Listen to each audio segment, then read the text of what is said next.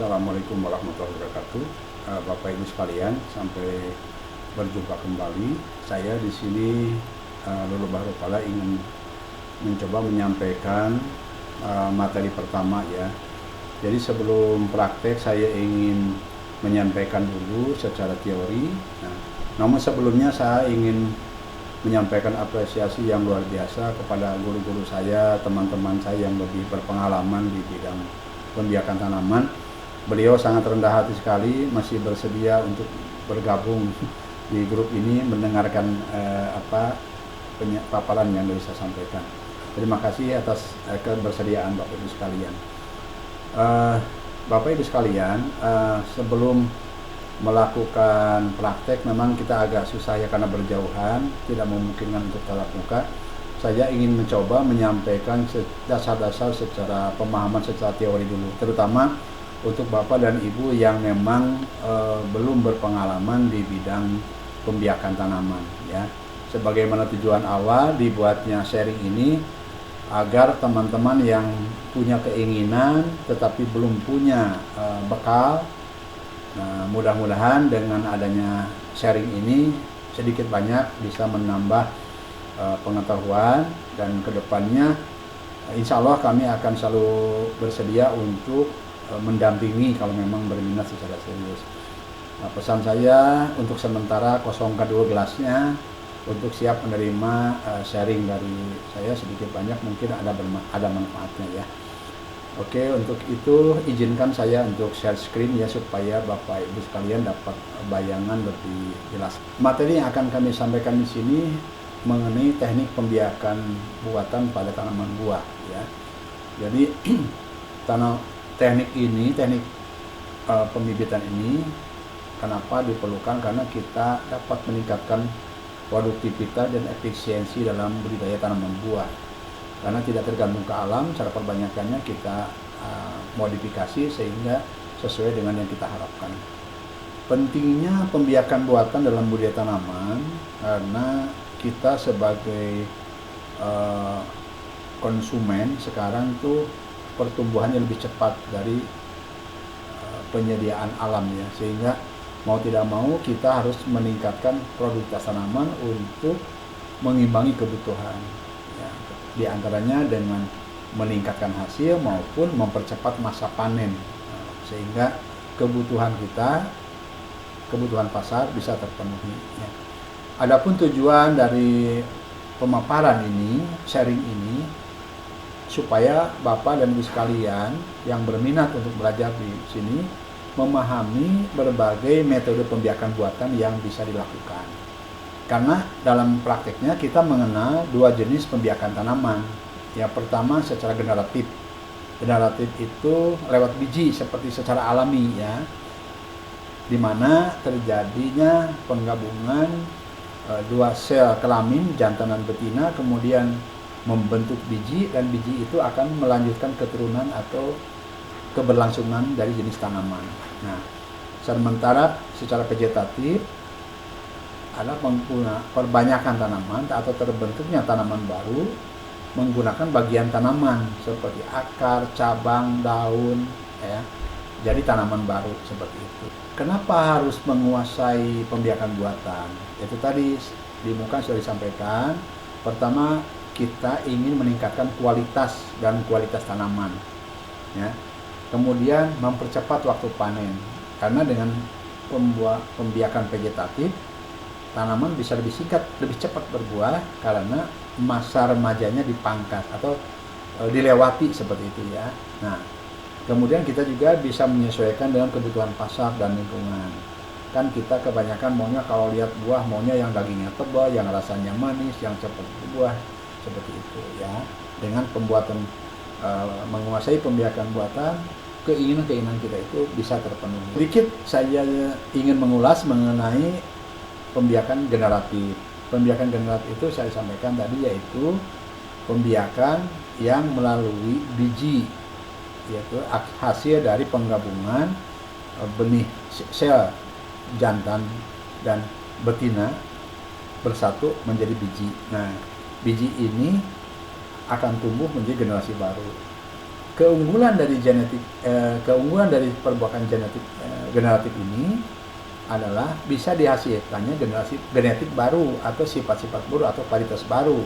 Seperti halnya para pemulia tanaman mensiasati bagaimana supaya dapat varietas padi yang umurnya lebih cepat panen, hasilnya lebih banyak, tahan warang seperti itu. Demikian juga dengan tanaman-tanaman buah-buahan ya. Tanaman-tanaman yang paling banyak dimuliakan itu tanaman-tanaman semusim karena memang prosesnya butuh waktu yang panjang kalau tanaman tahunan. Kalau tanaman semusim mungkin hitungannya kan di bawah 1 tahun. Kita menyilangkan bunga dari biji yang ditanam itu belum tentu sesuai dengan harapan kita, diulang lagi gitu kan. Itu betul-betul kita harus berterima kasih kepada para pemulia tanaman ya, sehingga bisa menghasilkan tanaman yang baru yang lebih unggul, hasilnya lebih bagus, produksinya lebih tinggi. Nah, kemudian kalau pembiakan vegetatif, nah yang akan kita lebih perdalam lagi adalah mengenai pembiakan vegetatif ini, yaitu pembiakan atau mendapatkan tanaman baru dengan menggunakan bagian tanaman ya, yang tadi ada dari batang, dari akar, dari daun gitu kan, atau dari metode-metode yang lainnya. Nah, keunggulannya dari metode pembiakan vegetatif ini hasilnya cepat dan seragam ya. Apalagi sekarang ada teknologi yang lebih baru lagi, walaupun kita nggak bahas, seperti teknologi kultur jaringan, kita bisa memproduksi banyak sekali, dan itu nanti akan terpisah lah pengurusan karena lebih ini lagi, tidak sederhana ini, perlu penguasaan dasar, ilmu dasar yang lebih lengkap lagi. Nah, kekurangannya untuk vegetatif keterbatasan pada sumber bahan tanaman ya. Jadi untuk memproduksi vegetatif ini ada keterbatasan juga. Beberapa metode pembiakan vegetatif yang akan kami sharingkan di sini ada beberapa, di antaranya adalah pertama cangkok. Cangkok ini termasuk yang paling praktis dan mudah dikerjakan. Artinya orang awam sekalipun bisa mengerjakannya. Jadi cangkok ini mungkin Bapak Ibu udah tahu, kalau cangkok kan kira-kira udah tahu ya. Jadi pertama Bapak pilih pohon apa yang akan diperbanyak, kemudian pilih dahan yang akan dicangkok. Nah, kemudian kulitnya Bapak sayat. Panjang sayatan ini minimal 2 kali dari diameter batangnya. Bapak ambil kulitnya, kemudian antara kulit dengan kayu itu kan ada lendir tuh Pak, namanya kambium, itu kerik sampai kering. Dikerik sampai kering. Nah, tujuannya supaya lukanya tidak sembuh. Tapi karena lukanya sembuh nanti tidak tumbuh akar gitu Pak ya. Nah, itu tujuannya dikerik itu supaya lukanya tidak sembuh, kemudian dari sini keluar akar pada saat dikasih media. Nah, media ini bisa pakai tanah, bisa kompos, bisa pakai kokopit. Kokopit itu sabut kelapa ya. Bapak bungkus, lembab, 1-3 bulan keluar akar. Nah, pada saat udah keluar akar, nanti tinggal Bapak potong. Setelah dipotong, Bapak taruh di polybag, mendapat teduh jadi bibit baru. Nah, nanti Bapak harus pilih tanaman mana yang mudah dicangkok. Ada tanaman yang mudah dicangkok, ada yang susah ya. Artinya susah itu lama keluar akarnya ya, Bapak pilih-pilih aja nanti. Kalau sudah tahu cara perbanyakannya, Bapak bisa milih dengan cara apa ya gitu. Nah, kemudian selain cangkok itu ada namanya stek. Nah, stek ini lebih sederhana lagi, cuman motong batang tancep gitu kan, tapi kondisi lingkungannya memang kita harus bantu. Misalkan jangan kena matahari langsung, kelembabannya dijaga, kebersihannya dijaga, medianya juga kalau bisa medianya steril.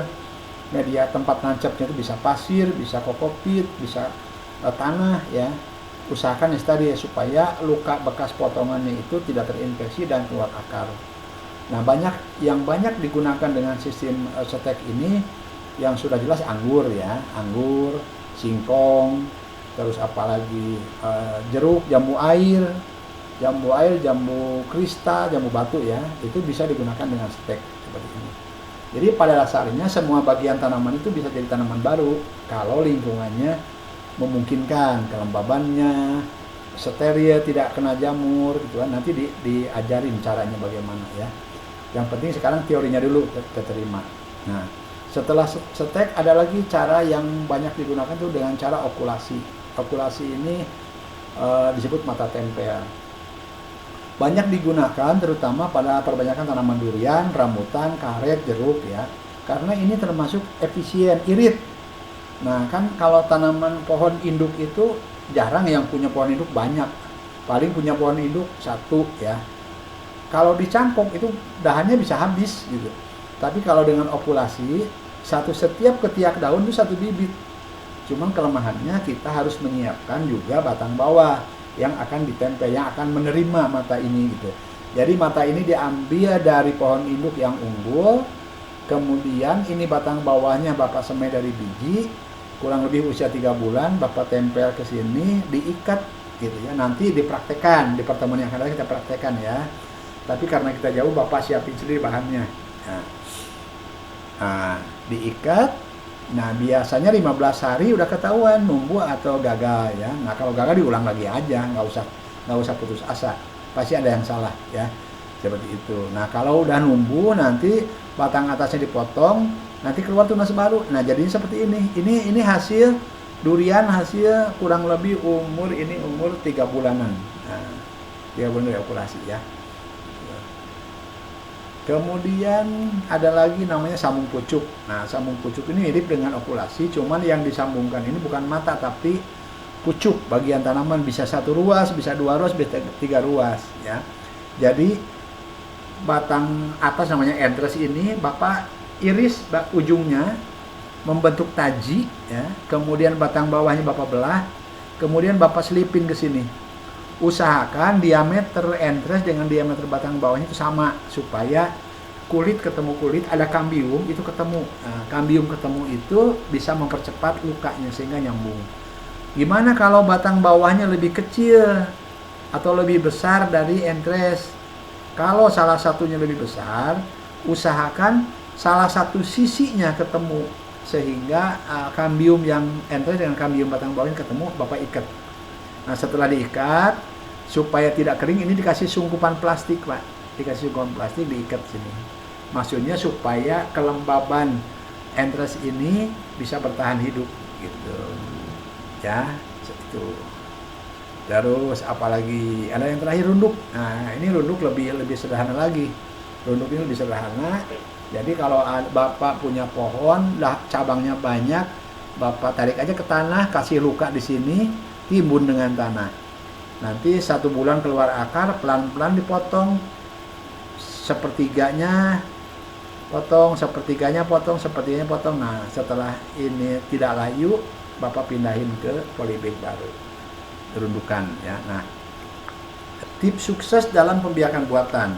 Nah, pada saat kita melakukan pembibitan pembiakan buatan ini, supaya tingkat keberhasilannya tinggi, pertama pemilihan tanaman yang tepat. Artinya kalau Bapak mau bikin stek, pilihlah tanaman yang memang cocok untuk disetek, misalkan anggur, sukun, jambu, ya seperti itu. Karena tidak semua mudah. Sebetulnya bisa, cuma tidak semua mudah gitu. Nah, atau kalau Bapak mau nyangkok, pilihlah tanaman yang memang gampang dicangkok seperti itu. Kalau udah ketemu jenisnya, cabangnya juga yang sehat diambil. Kemudian kondisi lingkungan pada saat Bapak sudah potong, kan tanaman belum mampu mandiri nih. Bapak tanamnya di tempat yang teduh, dikasih sungkupan supaya penguapannya belum terlalu besar karena akarnya belum banyak seperti itu ya. Kemudian jangan salah juga pada saat ovulasi, alat-alat yang digunakan harus bersih supaya itu kan seperti ada luka itu kan, supaya tidak infeksi seperti itu. Kemudian tantangan dan solusi ya. Pada saat kita membuat bibit secara vegetatif itu, misalkan disambung diokulasi ya, kadang-kadang kena penyakit ya. Nah, solusinya apa? Alat-alat terutama apa? Alat-alatnya harus bersih ya. Kemudian lingkungan juga terkendali. Jangan terlalu lembab, jangan terlalu kering ya, sehingga penyakit-penyakit jamur segala macam tidak mudah menyebar. Kemudian sesuaikan cara perbanyakan dengan jenis tanaman yang kita perbanyak. Jangan memaksakan kalau memang tanaman itu tidak cocok untuk disetek ya jangan disetek gitu ya. Nah, itu biasanya dari jam terbang lah setelah kita coba. Nah, tapi misalkan oh ini tanaman ini bisa tapi kok nggak berhasil, berarti cara kita yang salah. Diulang aja nggak apa-apa ya itu. Nah, saya secara ini udah selesai menyampaikan ini. saya mengajak tidak ada gunanya Bapak belajar teori kalau nggak dipraktekkan. Ya, dipraktekkan, nanti setelah dipraktekkan kalau ada yang salah ditanya lagi. Kemudian, nah sengaja nanti saya ini grup WA-nya saya kunci dulu supaya Bapak sempat mempelajari, kemudian kita akan tanya jawab ya. Silakan bertanya, silakan ajukan pertanyaannya, apa-apanya seperti yang apabila ada yang kurang jelas ya. Itu akhir kata. Terima kasih sudah bersedia meluangkan waktu menyimak yang kami sampaikan. Semoga apa yang saya sampaikan ini bermanfaat dan bisa dipraktekkan sehingga bisa mendapatkan satu kegiatan yang menghasilkan. Terutama teman-teman yang di luar Pulau Jawa, potensinya luar biasa sekali. Dan kalau Anda bisa menyediakan bibit, bisa membantu tetangga-tetangga yang memerlukan bibit, pasti mereka akan sangat tertolong. Oke, semangat dan terus belajar. Billahi taufiq walhidayah. Wassalamualaikum warahmatullahi wabarakatuh.